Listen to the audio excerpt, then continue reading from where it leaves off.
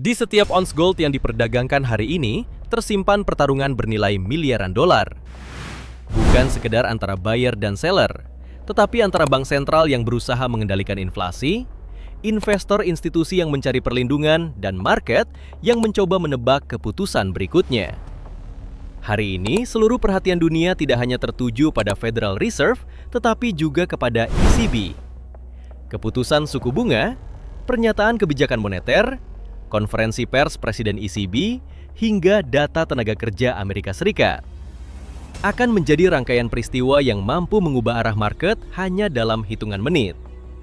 Pertanyaannya sekarang, apakah gold akan melanjutkan rally menuju level tertinggi berikutnya? Ataukah semua kenaikan beberapa hari terakhir hanyalah jebakan sebelum koreksi besar dimulai? Di video kali ini, kita akan membedah pergerakan gold dengan cara fundamental, teknikal, hingga skenario trading paling rasional. Analisa fundamental. Mari kita mulai dari Eropa.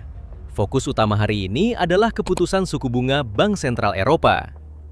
Secara luas, market memperkirakan tidak ada perubahan besar pada tingkat suku bunga. Namun yang jauh lebih penting bukanlah angkanya, melainkan setiap kalimat yang diucapkan Presiden ECB dalam konferensi pers. Trader institusional tidak hanya mendengar, mereka menganalisis setiap nada bicara, setiap perubahan kata, bahkan setiap petunjuk mengenai inflasi dan pertumbuhan ekonomi. Jika ECB memberikan sinyal bahwa tekanan inflasi mulai mereda dan ruang pelonggaran kebijakan semakin terbuka, maka euro berpotensi melemah. Dalam kondisi tersebut, penguatan dolar Amerika dapat menjadi tekanan bagi harga gold. Sebaliknya, jika ECB tetap menunjukkan sikap hawkish, menegaskan bahwa inflasi masih menjadi ancaman, atau menunda ekspektasi pelonggaran kebijakan, euro dapat menguat, dolar berpotensi melemah, dan gold memiliki peluang untuk melanjutkan kenaikannya. Namun, cerita belum selesai. Beberapa jam kemudian, Amerika Serikat akan merilis data unemployment claims. Data ini sering dianggap sebagai indikator awal kondisi pasar tenaga kerja. Jika jumlah klaim pengangguran meningkat lebih tinggi dari ekspektasi, market akan melihat adanya perlambatan ekonomi. Ekspektasi penurunan suku bunga The Fed dapat kembali menguat, dan kondisi seperti ini biasanya menjadi kabar baik bagi gold. Sebaliknya, jika angka klaim pengangguran lebih rendah dari perkiraan, pasar tenaga kerja dianggap masih kuat. Dolar berpotensi menguat, sementara gold dapat kehilangan momentumnya. Di luar data ekonomi, market juga akan memperhatikan komentar Presiden Amerika Serikat, Donald Trump. Komentar mengenai perdagangan, tarif, kebijakan fiskal, atau geopolitik seringkali mampu mengubah sentimen investor dalam waktu yang sangat singkat. Analisa teknikal. Sekarang mari kita masuk ke chart. Jika kita melihat struktur market pada time frame H1, kita dapat menemukan satu fakta penting. Tren utama masih berada dalam kondisi bullish, higher high dan higher low masih terbentuk dengan sangat jelas.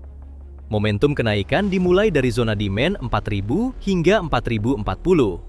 Zona ini menjadi area akumulasi institusi. Setelah buyer berhasil menguasai area tersebut, harga bergerak naik dengan impuls yang sangat kuat. EMA jangka pendek kini berada di atas EMA jangka panjang. Ini menunjukkan bahwa buyer masih memiliki kendali. Saat ini, harga sedang melakukan pullback menuju EMA cepat. Dalam kondisi tren sehat, pullback seperti ini justru sering dimanfaatkan institusi untuk menambah posisi.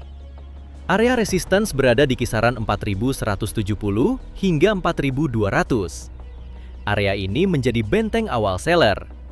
Apabila buyer mampu menembus resistance tersebut, peluang menuju zona supply 4220 hingga 4260 akan semakin terbuka. Namun jika tekanan jual mulai meningkat, area support pertama berada pada 4080 hingga 4050. Selama area ini masih mampu dipertahankan, struktur bullish masih tetap valid. Zona demand berikutnya berada di sekitar 4040 hingga 4000. Inilah zona yang berpotensi menjadi area reaksi buyer apabila koreksi semakin dalam. Skenario trading. Skenario pertama, bullish.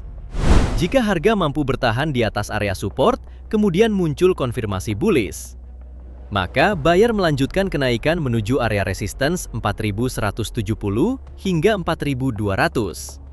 Bahkan berpotensi menuju zona supply 4220 hingga 4260.